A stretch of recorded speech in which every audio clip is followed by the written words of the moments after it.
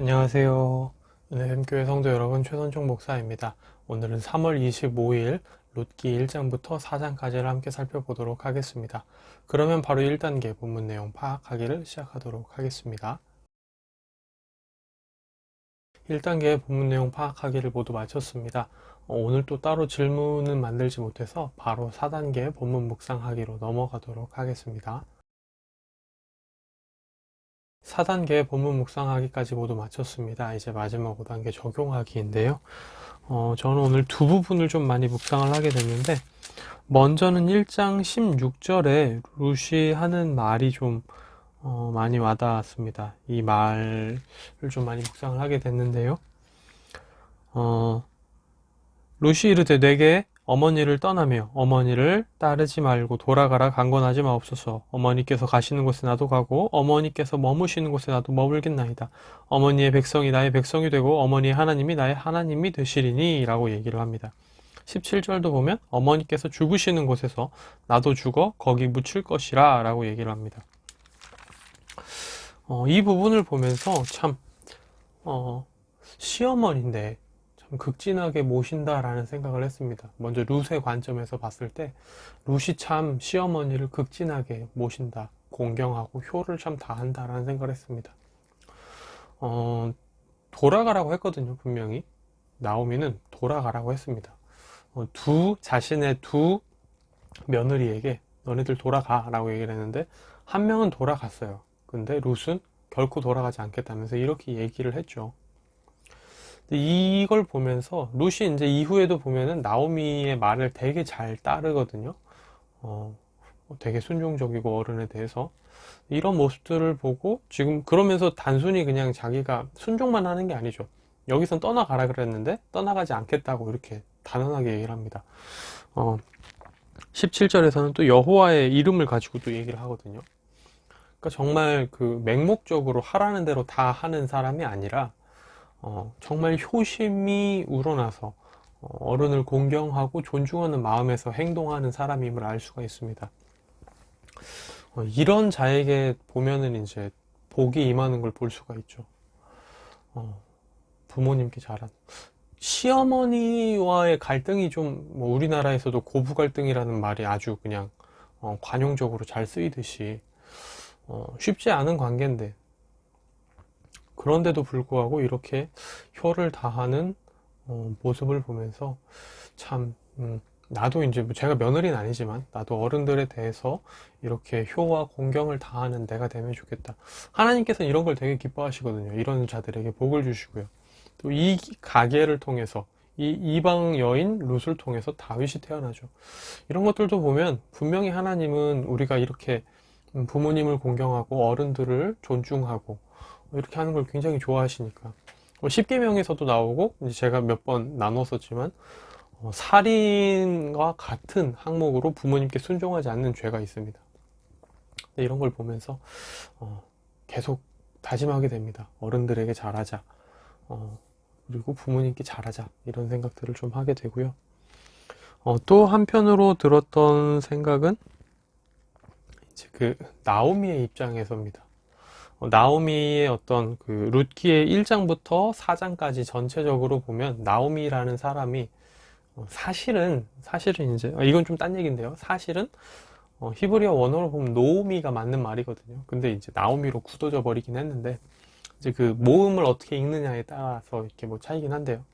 이게 뭐 관용적으로 이제 나오미로 굳어졌기 때문에 우리는 계속 나오미라고 하는데 어쨌든 이 나오미라는 사람이 인격적인 부분에서 상당히 그래도 괜찮은 사람이었던 것 같아요. 직접적으로 나오미는 인격이 좋았더라 이런 구절은 없지만 실질적으로 이제 그 전체적인 내용과 문맥을 따져봤을 때 나오미가 굉장히 그래도 좋은 사람이었던 것 같습니다. 뭐 며느리들을 배려해서 너희들 이제 나를 책임져야지라고 얘기 안 하고 너희들 삶을 찾아가라라고 말하는 것도 그렇고요. 여러 가지 부분에서 따져보고 이제 주변 사람들이 대하는 것들을 보면 굉장히 인격적이고 좋은 사람이었던 것 같은데 이 부분을 보면서 또 그런 생각을 하게 되죠. 여기서 룻이 물론 룻이라는 사람이 너무 좋은 사람이었지만 나오미라는 사람이 정말 나쁜 사람이었는데도 룻이 이렇게 얘기했을까라는 생각이 드는 거죠. 여기서도 보면은 어머니의 하나님이 나의 하나님이 되고 어머니의 백성이 나의 백성이 되고 와 이렇게 얘기하면서 어머니가 죽는 곳에 나도 죽겠다라고 얘기를 하는 게, 과연 나오미가 정말 못된 시어머니였는데도, 잘해준 게 하나도 없는데도 룻이 이렇게 얘기할까를 생각을 해보게 되는 거죠. 룻은 제가 볼 때 충분히 나오미는 제가 볼 때 충분히 인격적이고 성품이 굉장히 성숙한 사람이었을 것 같아요. 그러니까 이제 전체적으로 이런 맥락이 나오는 것 같고, 이웃 사람들이 이제 나오미에게 하는 말도 그런 것 같고요. 그러면서 여기 이제 그 나오미의 남편 이름도 엘리멜렉이지 않습니까? 근데 엘리멜렉이라는 이 히브리어를 우리나라 말로 바꾸면 나의 하나님은 왕이시다가 되거든요. 믿음이 있었다는 거죠. 여호와에 대한 믿음이 강했던 그 가정이었고, 남편뿐만 아니라 이제 이 나오미도 믿음이 좋았던 사람인데, 그 믿음이 이제 인격의 성숙으로도 드러났고, 그렇기 때문에 이 모압 여인들이 나오미를 보면서 여호와를 알게 되고 나도 여호와를 섬기겠다라는 결단까지 이르게 된 게 아닌가, 이런 생각들을 하면서 그리스도인으로서 세상 가운데 예수 그리스도를 모르는 자들 가운데 우리가 어떻게 살아가야 되는지에 대해서 또 고민을 하게 되는 것 같아요. 예수 그리스도를 모르는 사람들은 예수 그리스도를 믿는 자들을 보면서 예수 그리스도가 어떤 사람인지에 대해 알게 됩니다. 우리가 하는 말과 행동들, 우리의 가치관들이 그들에게는 예수 그리스도로 보여지는 거예요. 우리가 정말 나쁜 짓을 한다. 그럼 예수 그리스도가 너 그렇게 하라고 가르쳤어? 이렇게 이해를 하는 거죠. 우리가 좋은 일을 해도 똑같습니다. 저 사람이 좋은 일을 하네? 저 사람은 예수 믿는 사람이라서 그런가 보다. 예수가 저렇게 하라고 했나 보다. 이렇게 되는 거죠. 그러니까 우리는 매일의 삶에서 안 믿는 자들에게는 우리가 성경이 되고 우리가 예수 그리스도의 모습을 보이게 되는 겁니다. 나오미는 룻에게 여호와 하나님이 어떤 분이신지 자신의 삶을 통해 또 보여줬겠죠. 이런 것들을 보면서 내가 이 세상 가운데 어떻게 살아가야 할 것인가, 어떠한 인격을 갖기 위해 나는 오늘 무엇을 해야 하겠는가, 나의 인격의 성숙의 도야를 위해 지금 내가 당장 해야 할 일은 무엇일까, 내가 연단받아야 될 부분은 무엇일까, 내가 좀 더 노력하고 참아야 될 부분은 무엇일까, 이런 것들에 대해서 좀 고민하게 됩니다. 두 번째로는 2장 20절에 나오는 기업 모를 자에 대한 건데요. 이제 이거를 이제 고엘이라고 하거든요, 히브리어로. 근데 이제 꼭 기억하지 않으셔도 됩니다. 이 히브리어 표현 자체는. 이 기업 모를 자라는 게 어떤 개념이냐면요. 이 집이 있습니다. 이 집이 있는데 대를 이을 사람이 다 없어져 버렸어요. 그러면 그 가정에서 대를 이어서 쭉 그 자손이 있어야 되는데 끊어졌지 않습니까? 그럼 이 가정이 받은 땅도 되게 애매해지는 거죠. 그러니까 하나님이 주신 이 가정에게 땅, 분배받은 땅인데 이것도 되게 하고, 그러니까 이 기업 모를 자라는 사람은 이 끊어진 가계도를 다시 이어줄 책임이 있는 친척을 말합니다. 가까운 친척을 얘기합니다. 이게 뭐 형사취수죄도 어떻게 보면 여기서 나오는 건데요. 두 형제가 있는데 여기서 이제 대를 잇지 못하고 죽어버렸다. 그럼 여기서 이제 여기에 있던 이제 뭐라고 할까요? 이제 아내와 이제 해서 이렇게 관계를 맺어서 새로운 자녀를 이 사람의 이름으로 이어질 수 있게끔 하는 겁니다. 그러니까 이게 좀 지금 우리 기준에서 보면 조금 좀 그렇게 보일 수 있는데요. 이 가계도가 쭉 이어질 수 있게끔, 이 혈통이 쭉 이어질 수 있게끔, 이 집안이 쭉 이어질 수 있게끔 하는 되게 중요한 일이었습니다, 당시에. 이제 그것을 해야 할 책임이 있는 가장 가까운 친척이 기업 모를 자인데, 어떻게 보면 이들에게는 이제 대가 끊어진다는 건 삶의 소망이 없고 미래가 없다는 얘기거든요.